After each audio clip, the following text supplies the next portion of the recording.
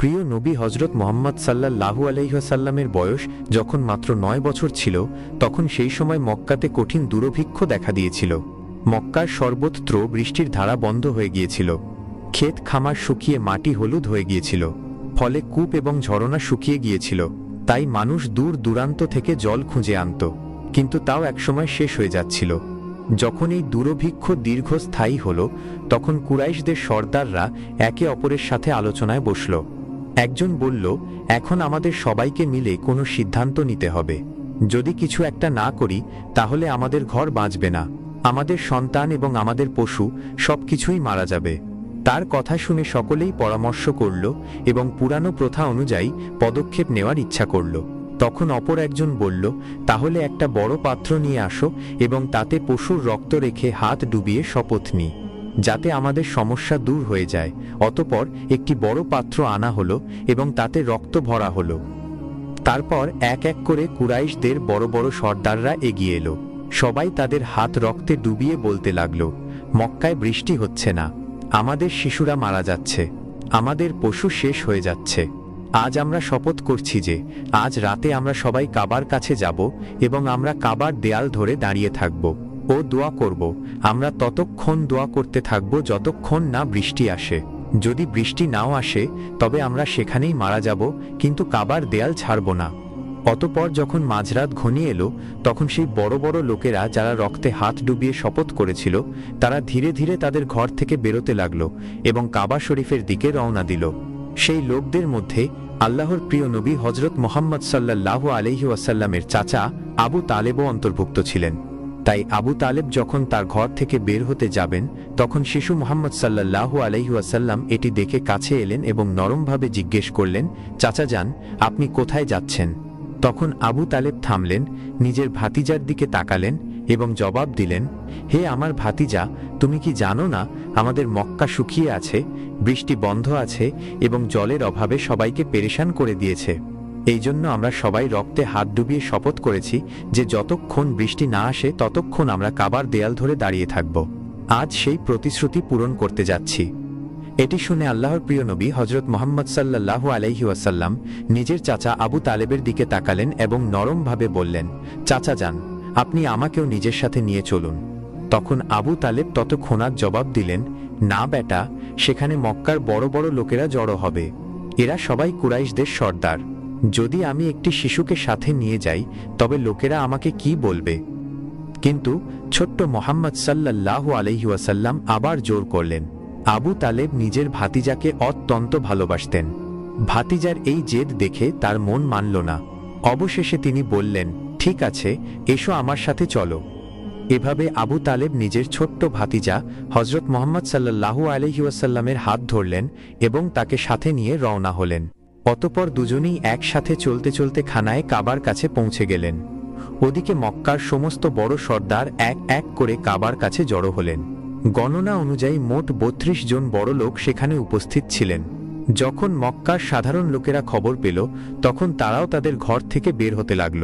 পুরুষরা, মহিলারা, বৃদ্ধরা এবং শিশুরাও সবাই এই আশায় খানায় কাবার দিকে অগ্রসর হল যে হয়তো আজ বৃষ্টির জন্য কোনো পথ বেরিয়ে আসবে। ফলে ধীরে ধীরে খানায় কাবার চারপাশে মানুষের ভিড় বাড়তে লাগল।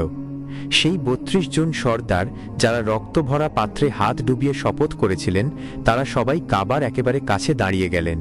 এদের সাথেই আবু তালেবও নিজের ভাতিজা হজরত মোহাম্মদ সাল্লাল্লাহু আলাইহি ওয়াসাল্লামকে সাথে নিয়ে এসেছিলেন। যখন সেই লোকদের নজর একটি শিশুর উপর পড়ল, তখন তারা সবাই অবাক হয়ে গেল এবং কিছু লোক রাগের সাথে বলে উঠল, হে আবু তালেব, এটা কি করলে? তুমি এই বাচ্চাটাকে তোমার সাথে কেন নিয়ে এসেছ? এই বাচ্চাটার এখানে কোনো কাজ নেই।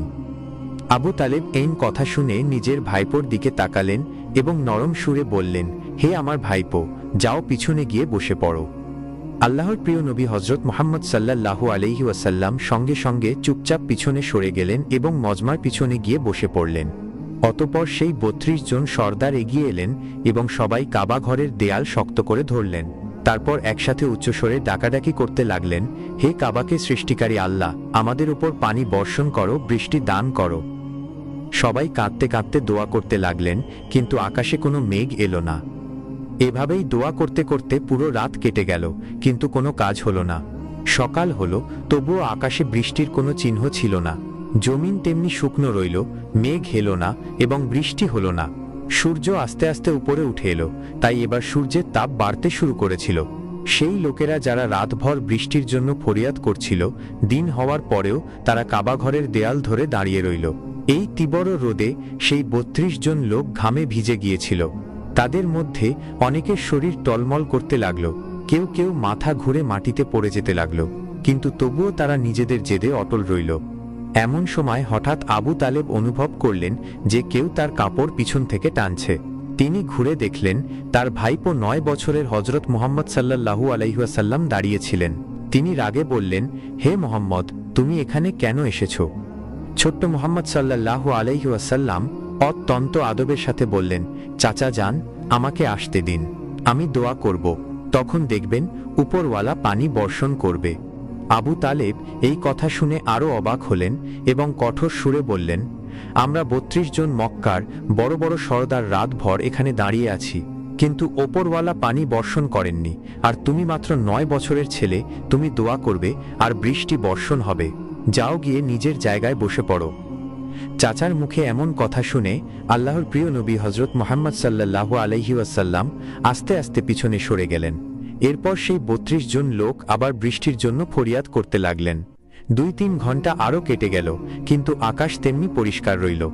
এমন সময় হঠাৎ আবু তালেব আবার অনুভব করলেন যে কেউ তার কাপড় পিছন থেকে টানছে। তিনি ঘুরে দেখলেন আবারও ছোট্ট হযরত মুহাম্মদ সাল্লাল্লাহু আলাইহি ওয়াসাল্লাম দাঁড়িয়েছিলেন। তখন আবু তালেবের মুখে রাগের চিহ্ন দেখা গেল। এই শুনে প্রিয় নবী সাল্লাল্লাহু আলাইহি ওয়াসাল্লাম অত্যন্ত নরমভাবে বললেন, চাচা যান, আমি এবার পানি চাইতে আসিনি, আমি তো আপনার ঘাম মুছতে এসেছি।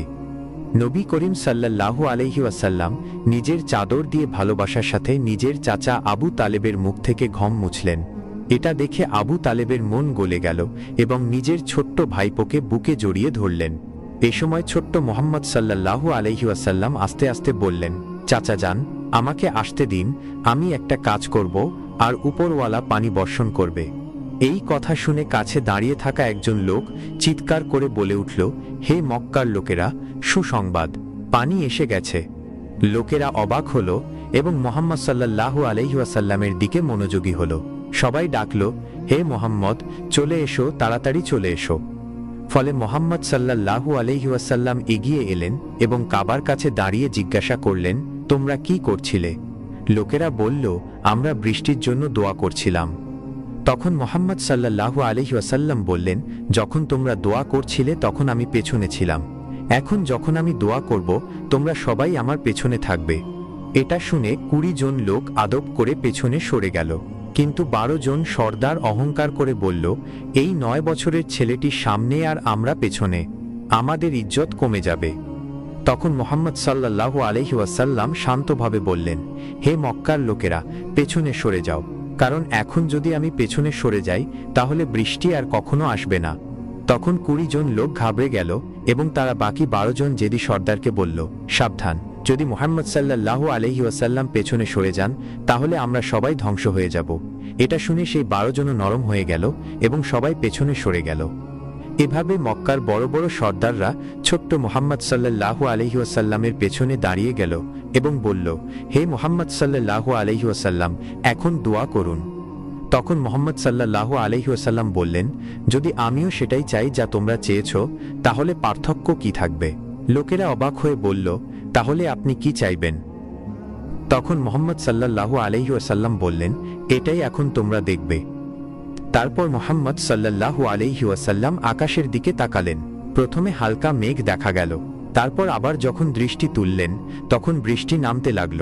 তৃতীয়বার যখন নবী করিম সাল্লাল্লাহু আলাইহি ওয়াসাল্লাম পুরো মুখ আকাশের দিকে তুললেন তখন মেঘ ছেয়ে গেল এবং প্রবল বৃষ্টি হতে লাগল। শুকনা ক্ষেত সতেজ হয়ে গেল এবং লোকেরা আনন্দে বৃষ্টিতে ভিজতে ভিজতে ডাকতে লাগল, ইয়া মুহাম্মদ, ইয়া মুহাম্মদ সাল্লাল্লাহু আলাইহি ওয়াসাল্লাম। হযরত মুহাম্মদ সাল্লাল্লাহু আলাইহি ওয়াসাল্লাম যখন হযরত হালিমার বাড়িতে প্রতিপালিত হচ্ছিলেন এবং বয়স ৩ বছর ছিল, তখন তিনি আদর করে জিজ্ঞাসা করলেন, আম্মা, আমার ভাইয়েরা কোথায় যায়? হালিমা বললেন, বেটা, তারা ছাগল চড়ায়। তখন শিশু মুহাম্মদ সাল্লাল্লাহু আলাইহি ওয়াসাল্লাম বললেন, আম্মা, আমিও তাদের সাথে যেতে চাই। তার কথা শুনে হালিমা ভয় পেয়ে মানা করলেন, কিন্তু নবীজির বোন শাইমা বললেন, আম্মা, আপনি জানেন যখন ভাই মোহাম্মদ আমাদের সাথে যায় তখন মেঘ ওপরে ছায়া করে নেয়, রোদ কখনো তাদের উপর পড়ে না। এটা শুনে হালিমার মন বিশ্বাস ও খুশিতে ভরে গেল যে এই শিশুটি আল্লাহর বিশেষ হেফাজতে আছে। সাইমার কথা শুনে হালিমার মনে শান্তি এলো, কিন্তু তবুও মায়ের মন, তিনি শিশু মোহাম্মদকে নিজের চোখের আড়াল করতে দ্বিধা করতেন। কিন্তু যখন শিশু মোহাম্মদ বারবার খুব আদর ও নিষ্পাপতার সাথে জোর করলেন, তখন অবশেষে হালিমা অনুমতি দিলেন। এভাবে একদিন শিশু মোহাম্মদ সাল্লাল্লাহু আলাইহি ওয়াসাল্লাম নিজের দুধ ভাইদের সাথে ছাগল চড়াতে জঙ্গলের দিকে গেলেন।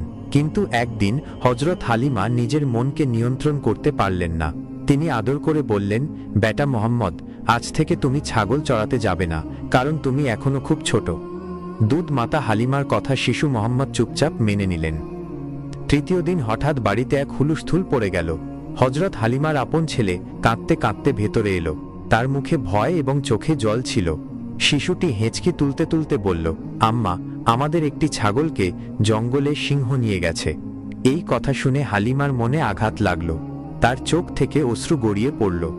এমন সময় শিশু মোহাম্মদ সাল্লাল্লাহু আলাইহি ওয়াসাল্লামের দৃষ্টি তার প্রিয় আম্মার মুখের উপর পড়ল।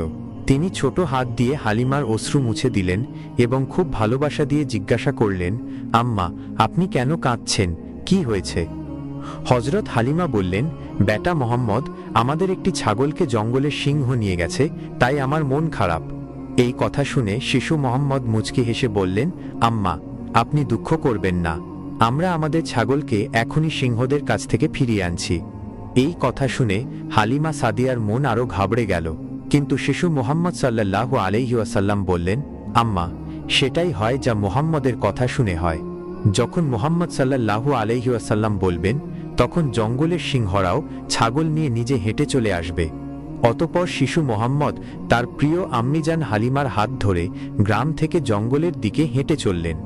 যখন জঙ্গলের কিনারায় পৌঁছালেন, তখন শিশু মোহাম্মদ সাল্লাল্লাহু আলাইহি ওয়াসাল্লাম অত্যন্ত প্রতাপ ও স্নেহ সহকারে আওয়াজ দিলেন, হে জঙ্গলের সিংহরা, শোনো, আমার মা হালিমার ছাগল ফিরিয়ে দাও। এইটুকু বলার পরই হঠাৎ জঙ্গলের ভেতর থেকে শব্দ উঠে এলো এবং কিছুক্ষণের মধ্যেই অনেক সিংহ দৌড়ে আসতে দেখা গেল। সেই সিংহরা হযরত হালিমা সাদিয়ার ছাগলকে খুব সাবধানে নিয়ে এলো এবং এসে শিশু মোহাম্মদ সাল্লাল্লাহু আলাইহি ওয়াসাল্লামের পায়ে মাথা নত করল। তখন শিশু মোহাম্মদ সাল্লাল্লাহু আলাইহি ওয়াসাল্লাম বললেন, হে সিংহরা, তোমরা জানতে না যে এই ছাগল আমাদের, তাহলে কেন নিয়ে গেলে?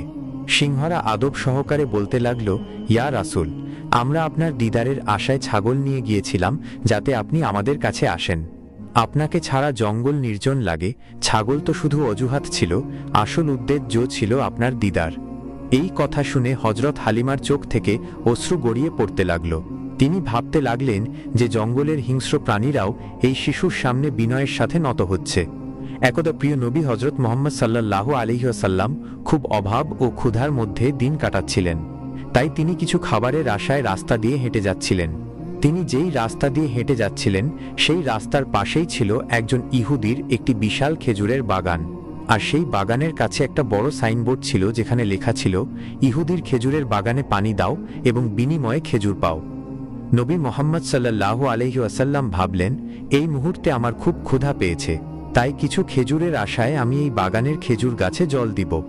অতঃপর তিনি সোজা সেই ইহুদির বাড়িতে গেলেন এবং বললেন, হে ইহুদি, আমি তোমার খেজুরের বাগানে কাজ করতে চাই, আমার খেজুর দরকার, তুমি কি আমাকে কাজ দেবে? নবীজির কথা শুনে ইহুদি হেসে বলল, ভাই, তুমি আমার এখানে কি কাজ করবে? তখন নবী মুহাম্মদ সাল্লাল্লাহু আলাইহি ওয়াসাল্লাম নরম সুরে বললেন, শুনেছি তোমার খেজুরের বাগানে পানি দিলে নাকি খেজুর পাওয়া যায়, আমি সেই কাজই করতে চাই। তখন ইহুদি চতুরতার সাথে হাসল এবং বলল, আরে সেই কাজ সহজ নয়, দেখো দূরে ওই যে কুয়াটা আছে, তার পানি অনেক নিচে, সেখান থেকে পানি তোলা খুব কঠিন, তুমি কি পারবে? ইহুদির কথা শুনে নবী মুহাম্মদ সাল্লাল্লাহু আলাইহি ওয়াসাল্লাম আত্মবিশ্বাসের সাথে জবাব দিলেন, হ্যাঁ হ্যাঁ, আমি অবশ্যই পারব, আমার খাবার দরকার, আমি পরিশ্রম করব।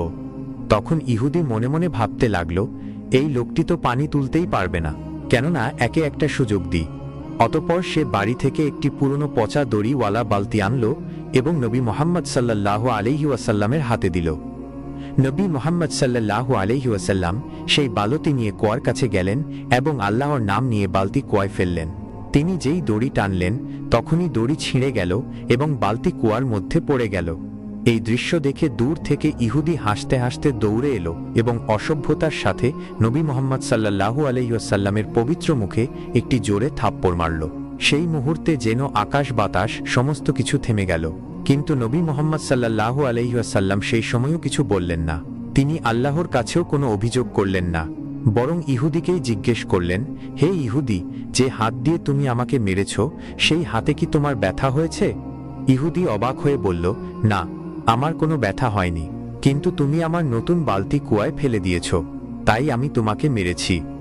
ইহুদির কথা শুনে নবী মুহাম্মদ সাল্লাল্লাহু আলাইহি ওয়াসাল্লাম নরম সুরে বললেন, ঠিক আছে, আমি নিজেই তোমার বালতি কুয়া থেকে তুলব এবং পানি ভরে তোমার বাগানে দেব, শুধু তুমি আমাকে আমার হক দিয়ে দিও।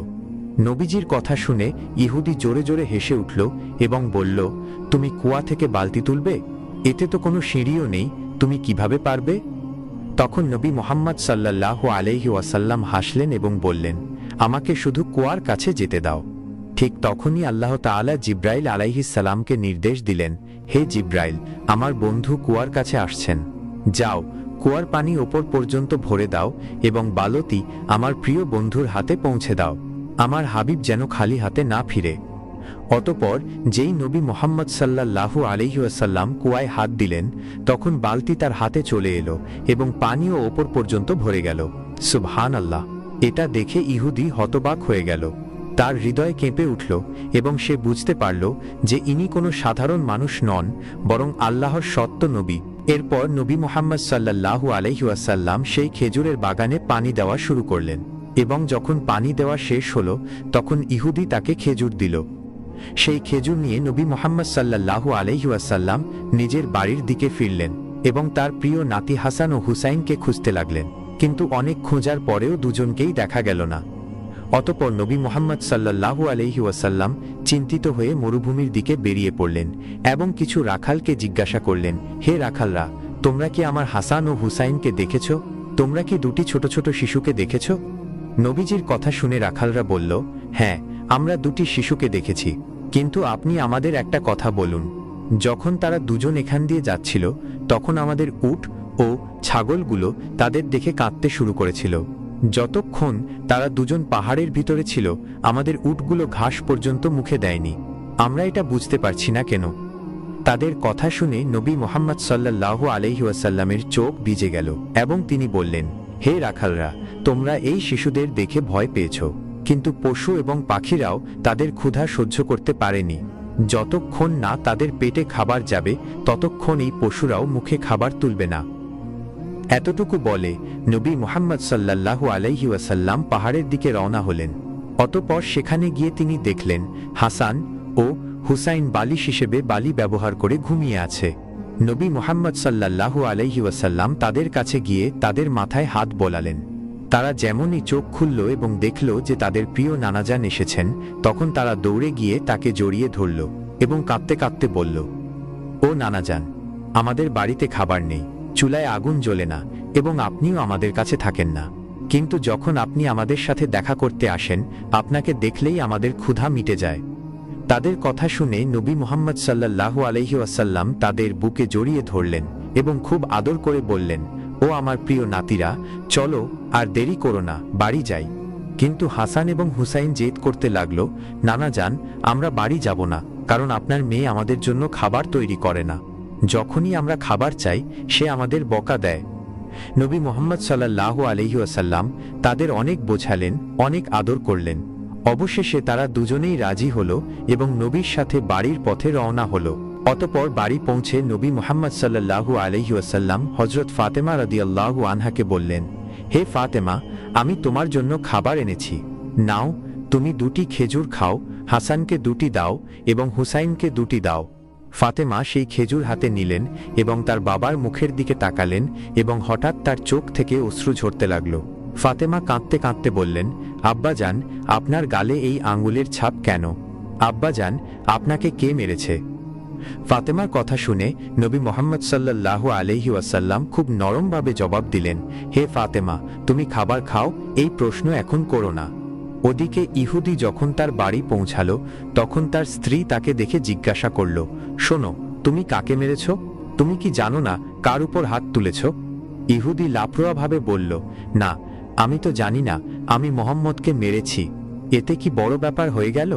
তখনই তার স্ত্রী রাগ এবং ভয়ে কাঁপতে কাঁপতে বলল, ও নিরবোধ, যাকে তুমি মেরেছ জানো সে কে? সে শেষ যুগের নবী হযরত মুহাম্মদ সাল্লাল্লাহু আলাইহি ওয়াসাল্লাম। তুমি সেই নবীর উপর হাত তুলেছ। আমি এই পাপ মেনে নিতেই পারি না। তোমার এই হাত কখনো অকথিত থাকবে না। তাড়াতাড়ি যাও, তার কাছে ক্ষমা চাও, নইলে তোমার হাত নষ্ট হয়ে যাবে। এটা শুনে ইহুদি হতবাক হয়ে গেল এবং বলল, যদি সে সত্যি শেষ যুগের নবী হয় এবং আমি তার উপর হাত তুলে থাকি, তাহলে আমি এই হাত আর রাখবই না। এই হাত এখন আমার কোনো কাজের নয়। এই পাপের বিচার আমি কোনো বিচারকের কাছে, কোনো বাদশার কাছে নিয়ে যাব না। আমার বিচার আমি নিজেই করব। সে স্ত্রীকে বলল, ও স্ত্রী, আমার জন্য একটি ধারালো ছুরি নিয়ে এসো। আমি আমার এই হাত নিজেই কেটে ফেলব। তারপর সে সত্যিই নিজের হাত কেটে ফেলল এবং সেই কাটা হাত নিয়ে নবী মুহাম্মদ সাল্লাল্লাহু আলাইহি ওয়াসাল্লামের বাড়ির দিকে চলল। যখন নবী মুহাম্মদ সাল্লাল্লাহু আলাইহি ওয়াসাল্লামের বাড়িতে পৌঁছালো তখন লোকেরা বলল, নবী মুহাম্মদ বাড়িতে নেই, তিনি তার মেয়ে ফাতিমার বাড়িতে গেছেন। ওদিকে বাড়ির ভেতরে হযরত ফাতেমা রাদিয়াল্লাহু আনহা বাবাকে বলছিলেন, আব্বাজান, যতক্ষণ না আপনি আমাকে বলবেন যে আপনার গালে কে চড় মেরেছে, ততক্ষণ আমি খাবার খাব না। আপনি কি আল্লাহর দরবারে দোয়া করতে পারেন না যে আপনার উপর হাত তুলেছে আল্লাহ তাকে ধ্বংস করে দিন? কিন্তু আমি ফাতেমা আজ আল্লাহর সামনে হাত তুলে দোয়া করব যে সেই জালিম ধ্বংস হয়ে যাক। তখন নবী মুহাম্মদ খুব আদর করে বললেন, ও আমার মেয়ে ফাতেমা, আমি ক্রোধের নবী নই, আমি রহমতের নবী। আমি ক্ষমা করার নবী, প্রতিশোধ নেওয়ার নবী নই। তারা আমাকে চিনতেই পারেনি, না চেনার কারণে মেরেছে।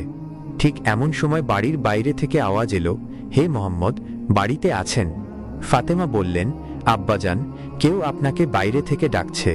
তখন নবী মুহাম্মদ সাল্লাল্লাহু আলাইহি ওয়াসাল্লাম বাইরে এসে দেখলেন সেই ইহুদি দাঁড়িয়ে আছে, তার হাত কাটা এবং রক্ত ঝরছে। সেই ইহুদি কাঁদতে কাঁদতে বলল, ইয়া রাসূল সাল্লাল্লাহু আলাইহি ওয়াসাল্লাম, আমাকে ক্ষমা করে দিন, আমার দ্বারা অনেক বড় পাপ হয়ে গেছে। নবী মুহাম্মদ সাল্লাল্লাহু আলাইহি ওয়াসাল্লাম জিজ্ঞাসা করলেন, ও ইহুদি, তোমার কি হয়েছে? ইহুদি কাঁপতে কাঁপতে বলল, হে আল্লাহর রাসূল, আমি ভুল করে আপনার উপর হাত তুলেছিলাম। এর বিচার আমি কোনো মানুষকে দেইনি, আমি নিজেই করে নিয়েছি।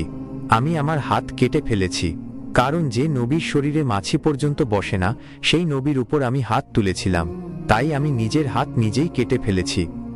নবী মুহাম্মদ সাল্লাল্লাহু আলাইহি ওয়াসাল্লাম ইহুদিকে বললেন, হে ইহুদি, তোমার নিজের হাত কাটার কি দরকার ছিল? আমি তো তোমাকে আগেই ক্ষমা করে দিয়েছি।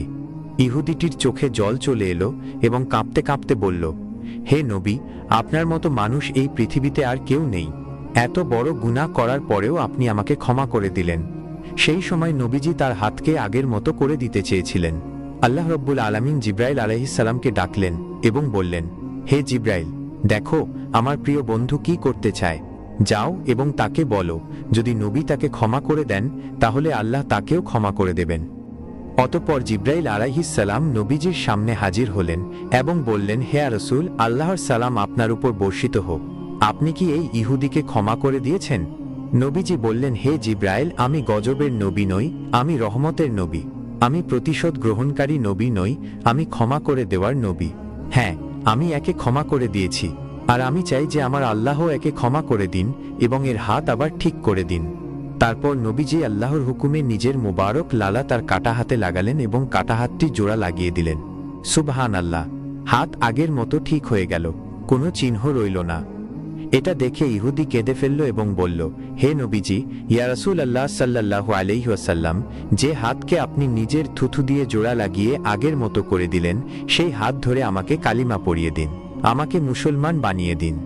নবীজি তাকে কালিমা পড়ালেন এবং সেই ইহুদি মুসলমান হয়ে গেল। সুবহানাল্লাহ। একদিন হযরত ওমর বিন খাত্তাব রাদিয়াল্লাহু আনহু নবীজিকে খোঁজ করতে করতে তার বাড়িতে পৌঁছালেন। নবী মুহাম্মদ সাল্লাল্লাহু আলাইহি ওয়াসাল্লাম তাকে নিজের কাছে বসিয়ে নিলেন। নবীজির শরীরে সেই সময় শুধু একটি চাদর ছিল। ঘরে দেখলেন শুধু একটি খাট ছিল, খেজুরের পাতা দিয়ে তৈরি, যার ওপর কোনো বিছানাও ছিল না। এক কোণে সামান্য আটা রাখা ছিল এবং অন্য কোণে পশুর চামড়া দিয়ে তৈরি পানির মশক। হযরত ওমর যখন এইসব দৃশ্য দেখলেন তখন তার মন ভরে গেল। তার মনে প্রশ্ন জাগল, এটা কিভাবে হতে পারে? রাসূলুল্লাহ সাল্লাল্লাহু আলাইহি ওয়াসাল্লাম, আল্লাহর প্রিয় নবী, এবং তার ঘরে এত অভাব, এত কঠিন পরিস্থিতি। খালি খাটে ঘুমানোর কারণে তার পিঠে দাগ পড়ে যায়, অথচ তিনি দোজাহানের বাদশাহ। পার্শ্ব ও রোমের কাফের বাদশাহেরা ঐশ্বর্য ও আরামে থাকে, তাদের কাছে সবকিছু আছে, কিন্তু আল্লাহর রাসূলের কাছে এতটুকুও কেন নেই? তার মুখে বিষণ্ণতা দেখে নবীজি জিজ্ঞাসা করলেন, হে ওমর, তোমার কি হয়েছে? তখন ওমর কাঁদতে কাঁদতে বললেন, ইয়া রাসূল, আপনার কাছে বিছানা নেই, আপনার ঘরে কোনো আরামের জিনিস নেই। আপনি আল্লাহর রাসূল এবং আপনি এত কষ্টে আছেন। কাফের বাদশাহদের কাছে এত ঐশ্বর্য ও আরাম আছে এবং আপনার কাছে কিছু নেই কেন? ওমরের কথা শুনে নবীজি মুচকি হেসে বললেন, হে ওমর, তারা এই দুনিয়ার আরাম পাবে, কিন্তু তুমি কি এটা পছন্দ করো না যে আমরা আখেরাতের আরাম ও শান্তি পাই? এটা শুনে হযরত ওমর রাদিয়াল্লাহু আনহুর চোখ জলে ভরে গেল। তিনি বুঝে নিলেন যে আসল আরাম এবং আসল সম্পদ এই দুনিয়া